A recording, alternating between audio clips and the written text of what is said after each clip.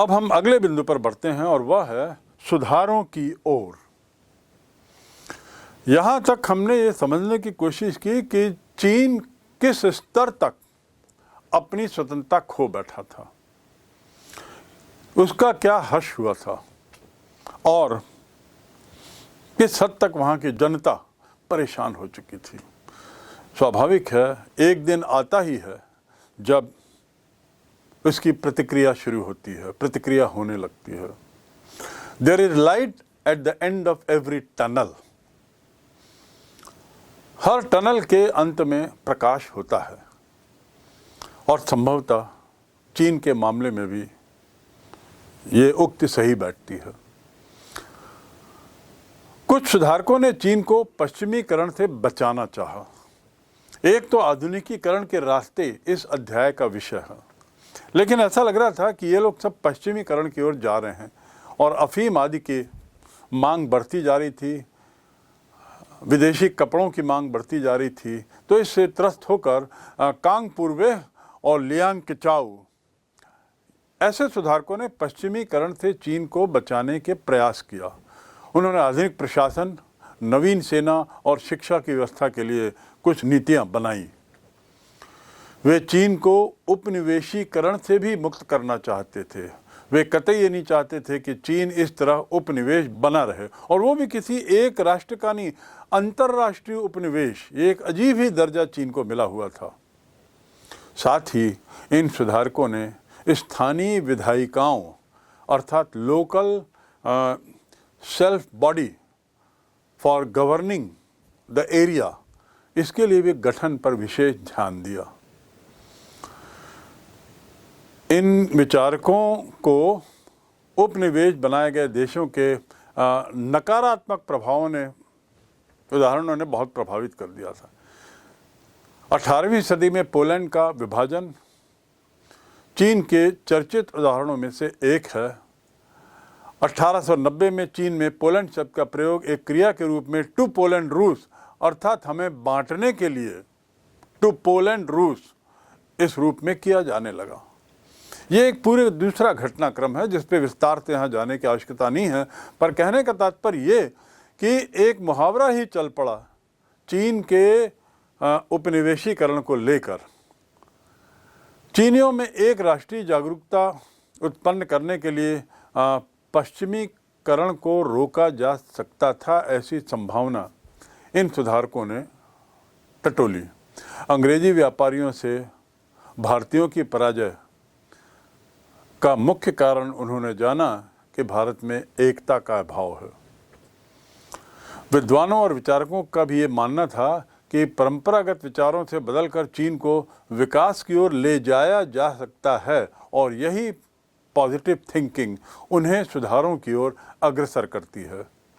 चीन की जो विचारधारा है वो मूलतः कन्फ्यूशियसवाद है। कन्फ्यूशियस वहाँ का एक बहुत पुराना दार्शनिक था। उसकी विचारधारा से चीनी जनता बहुत प्रभावित थी। तो कन्फ्यूशियस एवं उनके शिष्यों की शिक्षाओं से ये सुधारक काफ़ी प्रभावित थे और उस दिशा में चलने के लिए ये प्रेरित थे, जिससे चीन का कुछ हद तक सुधार हो सके और आगे विकास भी हो सके। देखिए, कन्फ्यूशियस का काल 551 ईस्वी पूर्व से लेकर 479। चूँकि ईस्वी पूर्व है इसलिए पहले बड़ी वाली संख्या आती है और बाद में छोटी संख्या आती है। कन्फ्यूशियसवाद में व्यावहारिक समझदारी की बात होती है, अच्छे आचरण पर जोर दिया जाता है, उचित सामाजिक संबंधों पर जोर दिया जाता है, और इन विचारों ने चीनियों को कई रूप में प्रभावित करना शुरू किया। अर्थात इन सुधारकों के विचार, इन विद्वानों के विचार अब जनता तक पहुंचने लगे और उन्हें समझ आने लगा। लोगों की जो पुरानी परंपरावादी सोच थी उसमें बदलाव आता है। सुधारकों के इशारे पर जो नए विषय शामिल किए गए उसको लोग अब ज़्यादा ग्रहण करने लगते हैं। नवीन विषयों को स्थान दिया गया। विद्या अध्ययन के लिए जापान, फ्रांस और इंग्लैंड भेजा गया चीनियों को। 1890 के दशक में बहुत बड़ी संख्या में चीनी विद्यार्थी जो हैं वो जापान जाके पढ़ने लगे, जापान जाने लगे और चीन लौटते थे तो गणतंत्र की स्थापना में अपने अपने तरीके से योगदान देने का प्रयास करते थे। जापान की जो विचारधारा थी जिसका हमने अध्ययन पूर्व में किया है, इसी काल में जापान जो है 1880 से 1910-20 के काल में जापान में जो भारी परिवर्तन हो रहे थे उसको इन चीनियों ने अपने अध्ययन काल के दौरान जापान में व्यक्तिगत रूप से देखा था और उससे प्रभावित होकर जब वो वापस आते हैं तो निश्चित रूप से उनका ये प्रयास रहता है कि चीन भी गणतंत्र की दिशा में बढ़े, चीन भी विकास की दिशा में बढ़े। इस जापानी विचारधारा ने इन सुधारवादियों के विचारों के साथ चीनी जनता को काफ़ी हद तक प्रभावित करना प्रारंभ किया। इस घटनाक्रम के दौरान जिसमें चीनी लोग जापान से बहुत कुछ सीख के आते हैं, एक और घटना होती है, रूस जापान युद्ध 1905, जिसमें जापान रूस को पराजित करता है। और मैंने पूर्व में कहा था कि रूस जैसे महाशक्ति की पराजय, वो भी एक यूरोपीय देश की एशियाई देश, छोटे देश के द्वारा पराजय, भारतीय राष्ट्रीय आंदोलन के लिए एक बहुत बड़ा प्रेरणा स्रोत बनता है। स्वाभाविक है चीनी विद्यार्थी जो वहाँ गए थे जापान में पढ़ने के लिए, वे भी इस बदलते हुए प्रभाव से अछूते नहीं रहे। 1905 का जो युद्ध होता है उसके बाद जापान दीर्घकालीन प्रचलित परीक्षा प्रणाली को समाप्त कर देता है। बहुत समय से जो चल रही थी एक तरीके की एक ढर्रे पर जो परीक्षा प्रणाली, और ये प्रणाली थी जिसमें प्रत्याशियों को अभिजात वर्ग में प्रवेश के लिए पात्रता न गैर पात्रता घोषित किया जाता था, दी जाती थी। इस प्रणाली को समाप्त कर दिया गया। यदि इस परीक्षा प्रणाली के बारे में थोड़ा और जानें तो थोड़ा उचित होगा। ये अभिजात वर्ग जो था, सत्ताधारी वर्ग, 1850 के आसपास करीब 1 लाख लोग बैठते थे और ज़्यादातर इम्तिहान के जरिए ही ये होता था। इसमें 8 भाग वाला निबंध निर्धारित प्रपन्न में शास्त्रीय चीनी में लिखना होता था, चीनी भाषा में। यह परीक्षा विभिन्न स्तर पर हर 3 साल में 2 बार होती थी। पहले स्तर की परीक्षा में केवल 1-2% लोग 24 साल की उम्र तक पास हो पाते थे। 1-2% लोग, अर्थात हर 100 में 1 या 2 पास हो पाता था। 24 साल की उम्र इसकी सीमा थी, उम्र सीमा थी, और ये लोग प्रतिभा माने जाते थे। इस डिग्री से उन्हें निचले कुलीन वर्ग में प्रवेश मिल जाता था और सन 1850 से पहले किसी भी समय करीब 5 लाख सिविल और करीब 2 लाख सैन्य प्रांतीय डिग्री वाले लोग पूरे देश में मौजूद थे। मतलब भारी संख्या में ये अभिजात वर्ग के लोग मौजूद थे। देश में केवल 27,000 राजकीय पद थे और इसलिए कई निचले वर्ग के डिग्रीधारी लोगों को नौकरियां नहीं मिल पाई। ये परीक्षाएं साइंस और प्रौद्योगिकी के विकास में बाधक का काम करती थी, क्योंकि इसमें सिर्फ साहित्यिक कौशल की मांग थी, लिटरेचर के बारे में ज़्यादा था। क्योंकि ये क्लासिकल चीनी हुनर पर आधारित था, चीनी भाषा पर आधारित था, चीनी सीखने के हुनर पर आधारित था, जिसकी आधुनिक विश्व में कोई प्रासंगिकता नहीं थी। इसलिए 1905 में इस परीक्षा को समाप्त कर दिया जाता है। ये चीन में भारी सुधार, एक बहुत बड़ा बदलाव। और आपने सुना होगा, पढ़ा होगा, जैसा मैंने पूर्व में बताया कि चीनी सुधारक नवीन शिक्षा पद्धति के पक्ष में और पारंपरिक शिक्षा पद्धति के खिलाफ हो रहे थे। अगला जो कदम होता है वह था गणतंत्र की स्थापना। परीक्षा पद्धति बदलती है। इस बदलाव के परिप्रेक्ष्य में युवा वर्ग को बहुत से नए रास्ते मिलते हैं और बड़े उत्साहित रहते हैं। इसी दौरान रूस जापान का युद्ध, भारत का राष्ट्रीय आंदोलन, ये सब की घटनाक्रम की बात चीनी विद्यार्थियों को मालूम होती है। लगभग इसी काल में हम देखते हैं चीन में भी राष्ट्रीय आंदोलन की शुरुआत होती है।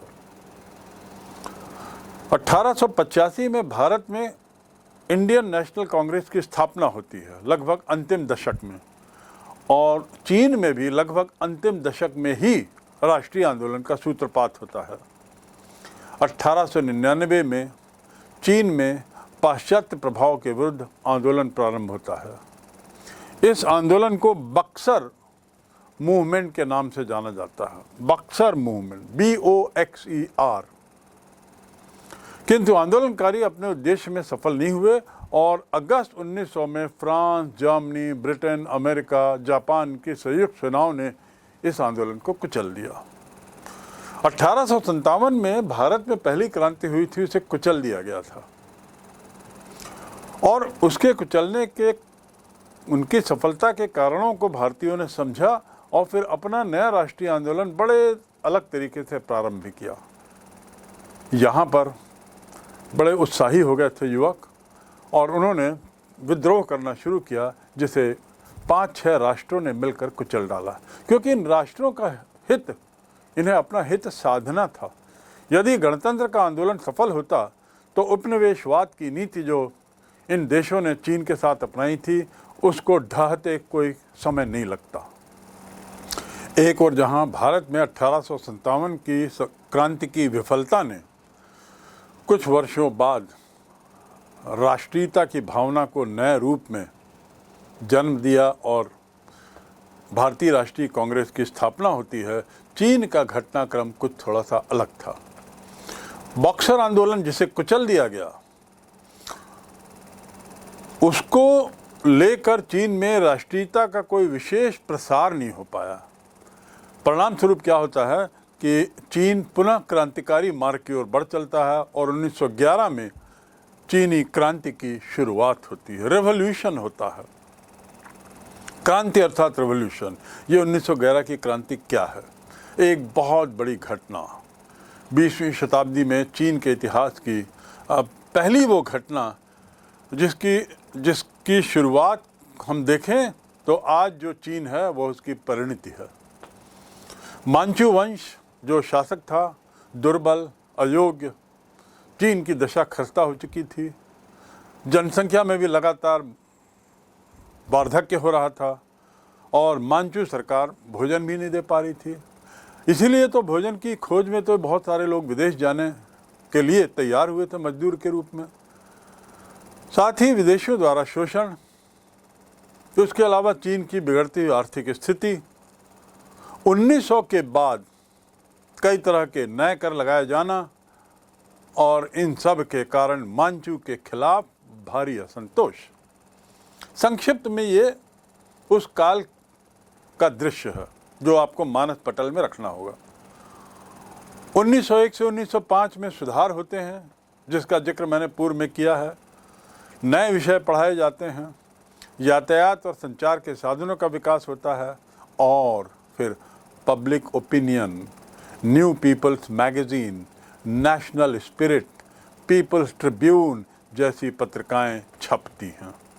भारत में भी बिल्कुल यही काल में लोकमान्य तिलक के द्वारा मराठा केसरी और ट्रिब्यून और अन्य लोगों के द्वारा ट्रिब्यून, अमृत आनंद बाजार पत्रिका आदि आते हैं पब्लिक ओपिनियन के लिए, लोगों में जागरूकता फैलाने के लिए। लगभग वही चीज़ें चीन में भी घटित होती हैं। 1905 के रूस जापान युद्ध में जब जापान की विजय होती है तो चीन पर इसका बहुत बड़ा प्रभाव पड़ता है। पत्र पत्रिकाओं से क्रांतिकारी विचारधाराएं फैलती हैं। एक व्यक्ति जिनका मैंने पूर्व में जिक्र किया था, जिनका नाम सन यात सेन है, सन यात सेन इस क्रांतिकारी घटना के पीछे एक अहम भूमिका निभाते हैं। इन्हें आधुनिक चीन का जनक माना जाता है, father of modern China. He is called the father of modern China. 1906 में चीन में सभी क्रांतिकारी संस्थाओं को मिलाकर एक चीनी क्रांतिकारी संघ बनाया गया और सरकार के द्वारा दूसरी तरफ रेल निर्माण का कार्य सभी विदेशी कंपनियों को सौंप दिया गया। अब जब ये घटना होती है, जिससे क्रांतिकारी लोग बहुत ज़्यादा परेशान हो जाते हैं। इस क्रांति ने मांचू जो वंश है उसकी दुर्बलता को ख़त्म किया। 1912 में सन यत्सेन के नेतृत्व में चीनी गणतंत्र की स्थापना होती। 1912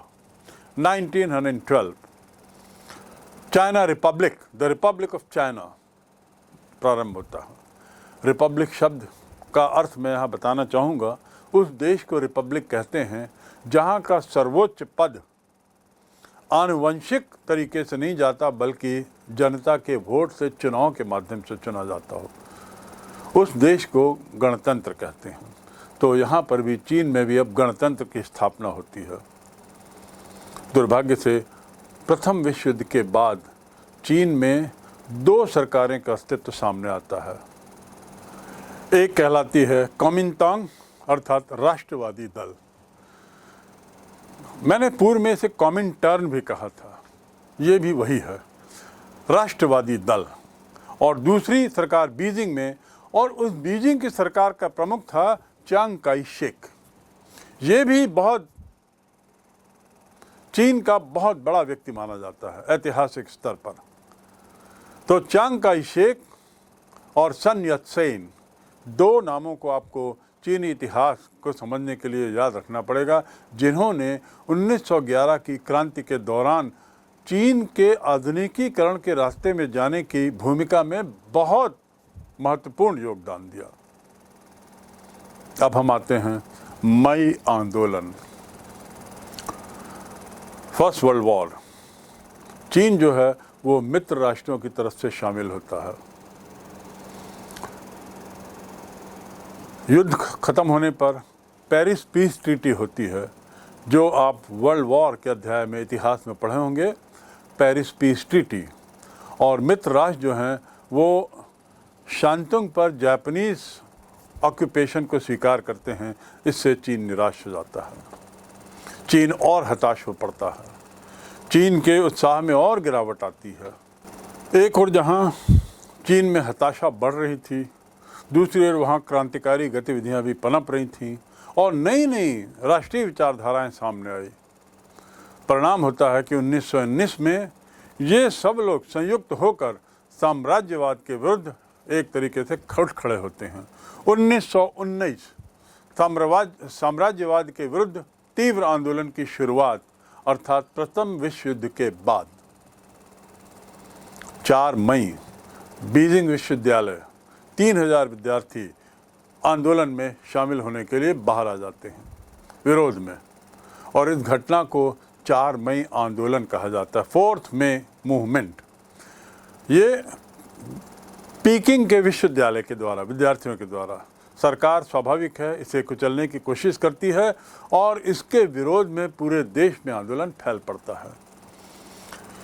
ये जो क्रांतिकारी लोग थे जिन्होंने एक संगठन की स्थापना की थी और साम्राज्यवाद के खिलाफ खड़े हुए थे, इन्होंने देश के संसाधनों पर जो विदेशियों का प्रभुत्व था उसे खदेड़ने की कोशिश की और गरीबी दूर करने का आह्वान किया। उनका ये मानना था कि इस सब के पीछे, चीन की वर्तमान गति के पीछे विदेशी लोग हैं और उनको भेजना और यहाँ की जनता की गरीबी दूर करना हमारा प्रथम लक्ष्य होना चाहिए। 1949 क्रांति सफल, विदेशियों को चीन के प्रति दृष्टिकोण बदलना पड़ता है और चीन और रूस एक दूसरे के निकट आने लगते हैं।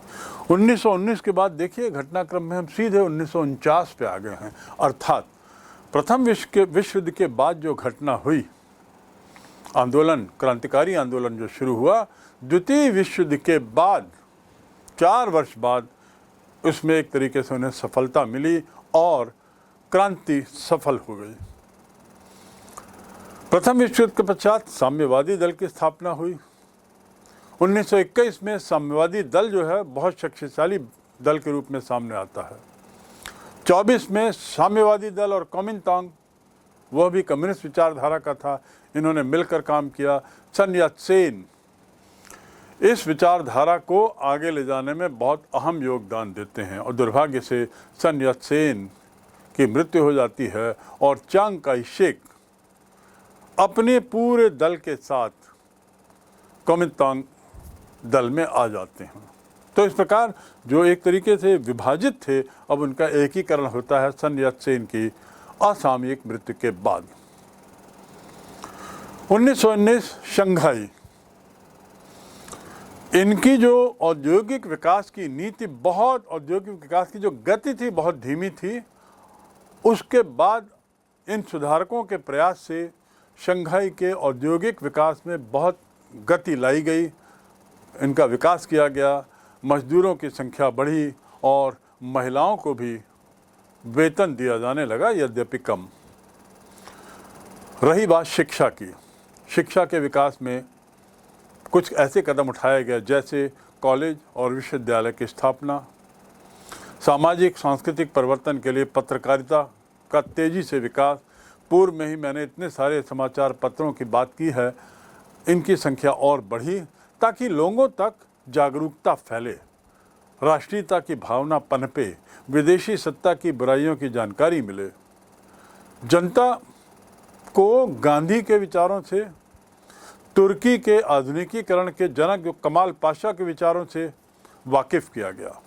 कल्पना करिए, कमाल पाशा आधुनिक तुर्की के जनक माने जाते हैं।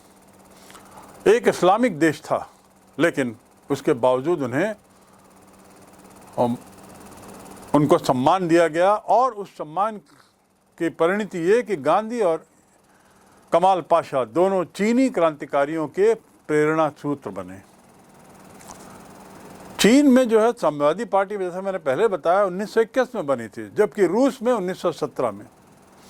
और रूस की साम्यवादी पार्टी ने रूस के सफल आंदोलन का नेतृत्व करते हुए, जिसे हम बोल्शेविक आंदोलन बोलते हैं, जिसका नेतृत्व लेनिन ने किया था, सारी दुनिया को उसने अचंभित कर दिया था अपने बदलाव से। परिणाम क्या होता है कि बहुत सारे देश साम्यवादी मार्ग पर चल पड़ते हैं, चीन भी अछूता नहीं रहता।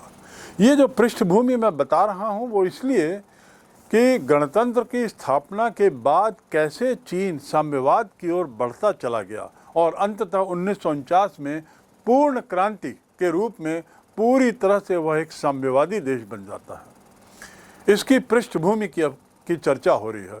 तो इसमें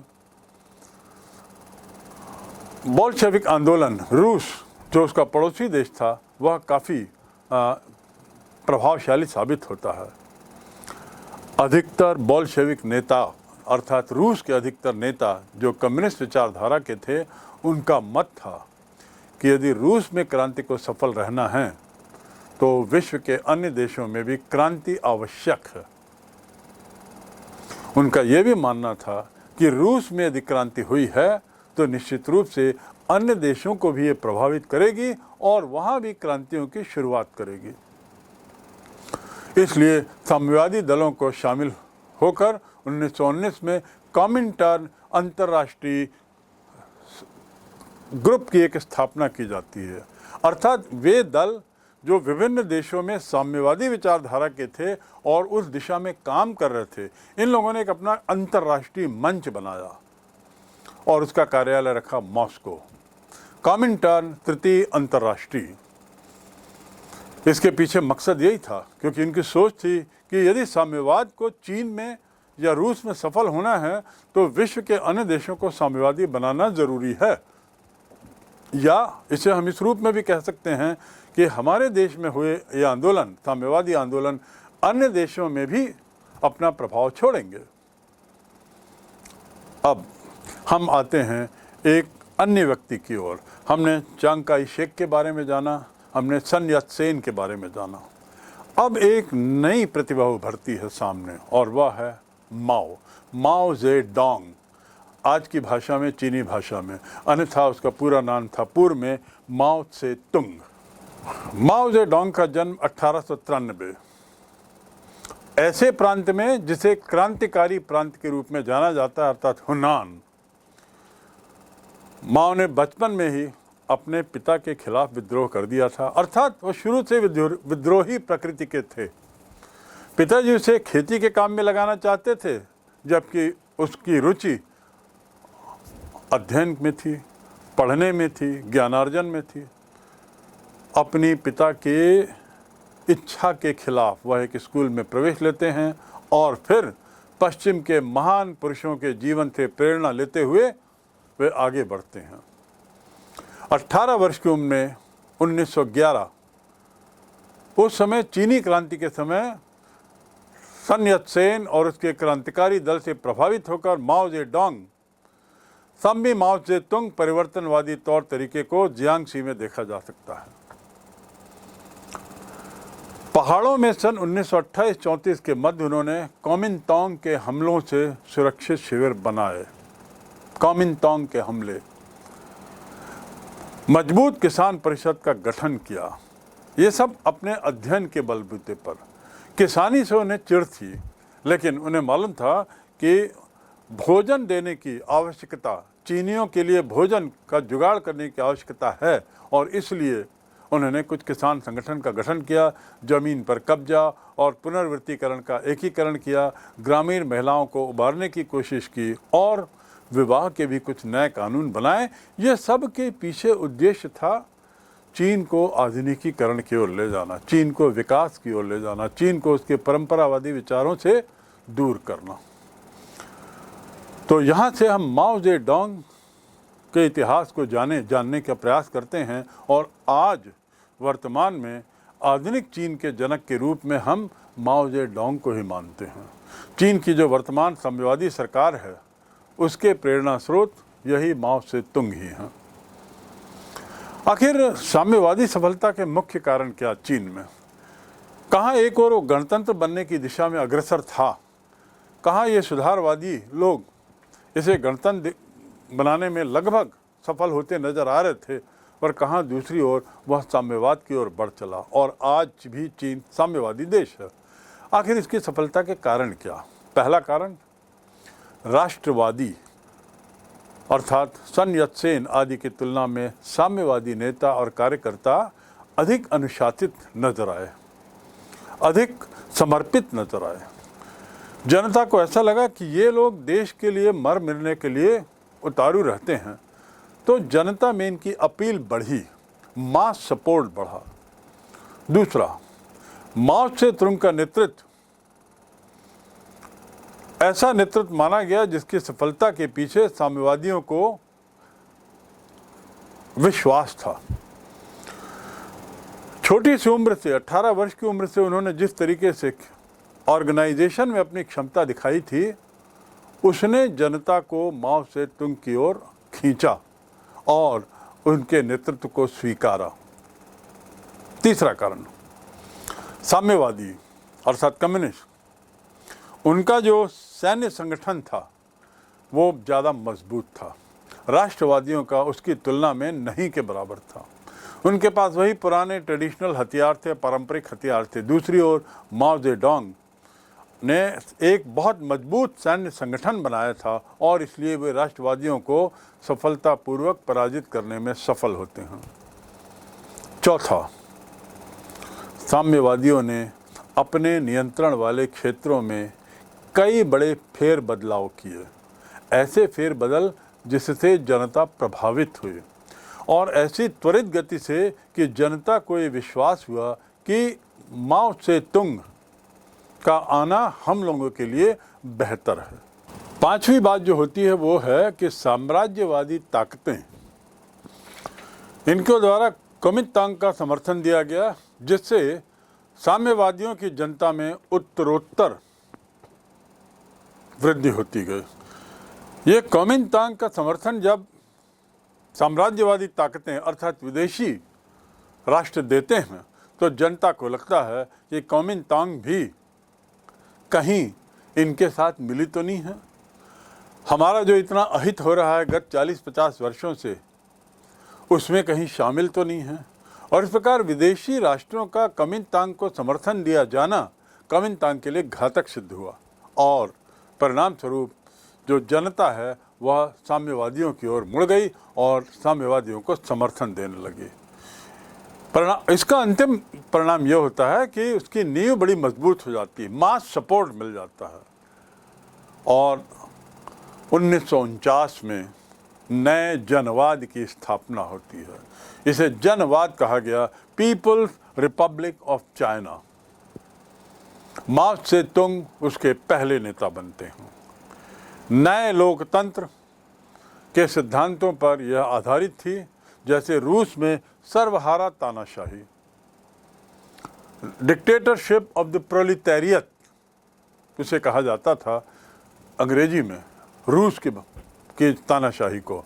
लेकिन चीन में कुछ और आया, कुछ और नए रूप में साम्यवाद आया, जिसका नामकरण हुआ पीपल्स रिपब्लिक ऑफ चाइना। इसमें क्या बदलाव आए? आते ही माओ त्से-तुंग ने कुछ त्वरित कदम लिए और चीन का जो सरकारी तंत्र था, आर्थिक तंत्र था, उसमें कुछ आमूलचूल बदलाव किए। पहला, निजी स्वामित्व और कारखाने खत्म। किसी की भी जमीन नहीं होगी और किसी के भी कारखाने नहीं होंगे, वे सब शासन के, सरकार के, सब उसने अपने हाथ में ले लिए। और ये जो कार्यक्रम है वो लगभग 4 साल तक पूर्ण रूपेण चला। सरकार ने तब तक साम्यवादी बदलावों को एक तरीके से उसको शोषित कर दिया था, उसको दबा दिया था। रही है साम्यवादी सरकार, लेकिन कुछ बदलावों के साथ। एक और साम्यवादी थी और साम्यवादी विचारधारा के तहत उसने ये सब आर्थिक गतिविधियों को अपने हाथ में लिया। लेकिन दूसरी ओर 1958 में औद्योगिकरण की प्रक्रिया तेज की। लोगों को घरों में इस्पात लगाने को कहा गया, इस्पात का कारखाना छोटा छोटा। ग्रामीण इलाकों में लोग मिलजुल कर कृषि करने लगे, अर्थात जिसे अंग्रेजी में कहते हैं कलेक्टिव फार्मिंग। तो कलेक्टिव फार्मिंग का जो एक कॉन्सेप्ट था, जैसा कि रूस में हुआ था और सफलतापूर्वक हुआ था, उससे प्रेरित होते हुए चीन में भी कलेक्टिव फार्मिंग हुई, जिसमें छोटे छोटे जो खेत थे, जो बड़ी बड़ी विशालकाय भूमि छोटे छोटे खेतों में बढ़ चुकी थी, जिसके कारण प्रोडक्शन प्रभावित हो रहा था, अब उनको सबको एक बड़े बड़े खेतों के रूप में बदल दिया गया और मिलजुल कर खेती करने का नारा दिया गया। इस प्रकार चीन प्रथम अफीम युद्ध के पूर्व की स्थिति और 1949 तक का इतिहास हम समझ गए। और इसमें हमने देखा कि कैसे समय के साथ साथ जापान और चीन में बदलाव आते गए और दोनों किस प्रकार आधुनिकीकरण के रास्ते में बढ़े। आज ये दोनों देश विश्व के सबसे शक्तिशाली देशों में गिने जाते हैं और दोनों ही देश एशियाई देश हैं। एक देश की भौगोलिक सीमाएं विशालकाय हैं, विशालतम देशों में हैं, और दूसरा देश जापान बहुत छोटा टापुओं का देश है। एक और सबसे ज़्यादा जनसंख्या वाला देश है तो दूसरी ओर बहुत कम जनसंख्या वाला देश जापान है, और दोनों एशियाई हैं। इनको जानने के बाद एक छोटा सा बिंदु और इस अध्याय में आपके लिए है, वह है ताइवान। ताइवान क्या है, इसके बारे में थोड़ा सा जान लें, अर्थात ताइवान की कहानी। चीनी साम्यवादी पार्टी, उसके हाथों जब चांग काई शेक को पराजय मिलती है, क्योंकि चांग काई शेक कुओमिंतांग के साथ विदेशी सत्ता के साथ जुड़ गए थे और इसीलिए जनमानस उनके खिलाफ हो चुका था, तो उनको पराजय मिलती है, पराजित होते हैं। 30 करोड़ से अधिक अमेरिकी डॉलर और कलाकृतियां लेकर वो ताइवान चले जाते हैं। 1949 में माओ त्से-तुंग के दमन के भय से वे भाग जाते हैं ताइवान। वहाँ उन्होंने एक नए गणतंत्र की स्थापना की, जिसे कहते हैं चीनी गणतंत्र।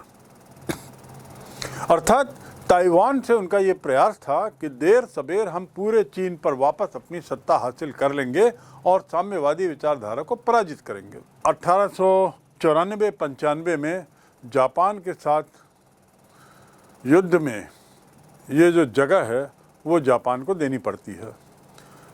तब वो जापान का उपनिवेश बनता है और कैरो घोषणा पत्र के तहत, कैरो अर्थात इजिप्ट की राजधानी, 1943 में पोट्सडाम जो अनाउंसमेंट है, घोषणा है, उसके तहत चीन को यह वापस दे दिया जाता है। तो पोट्सडाम के तहत ताइवान उसे वापस मिलता है, जो पूर्व में जापान का एक हिस्सा मान लिया गया था।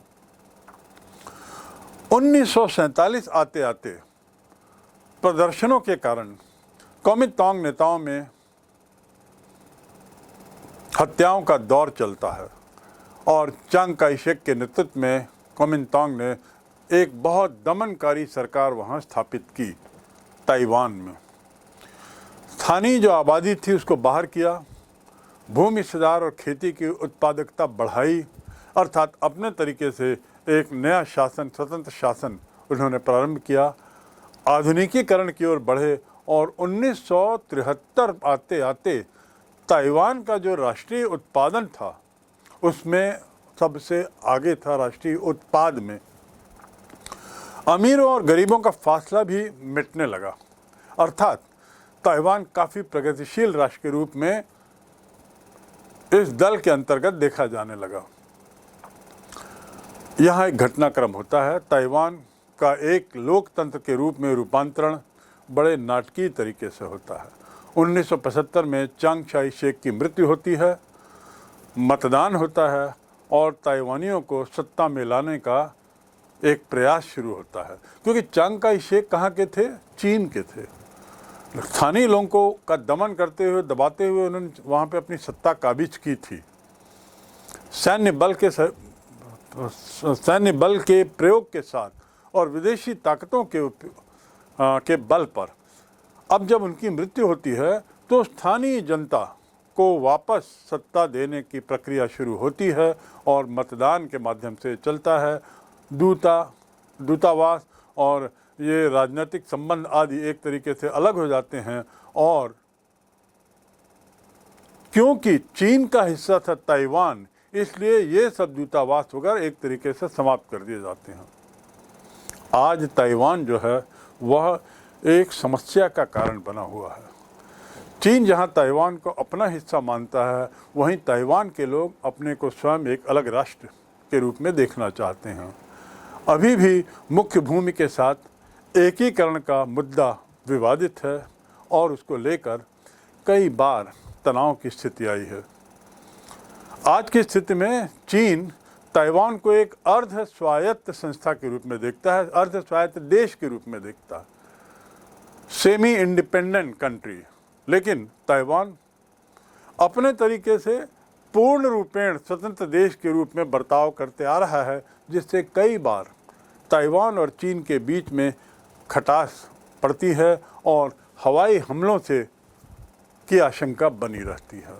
इस प्रकार संक्षिप्त में ताइवान का जिक्र, क्योंकि वह किसी समय में चीन का हिस्सा हुआ करता था, और इसके साथ ही आधुनिकीकरण के रास्ते का यह तीसरा अध्याय जो चीन और जापान के इतिहास पर केंद्रित है, यहाँ समाप्त होता है।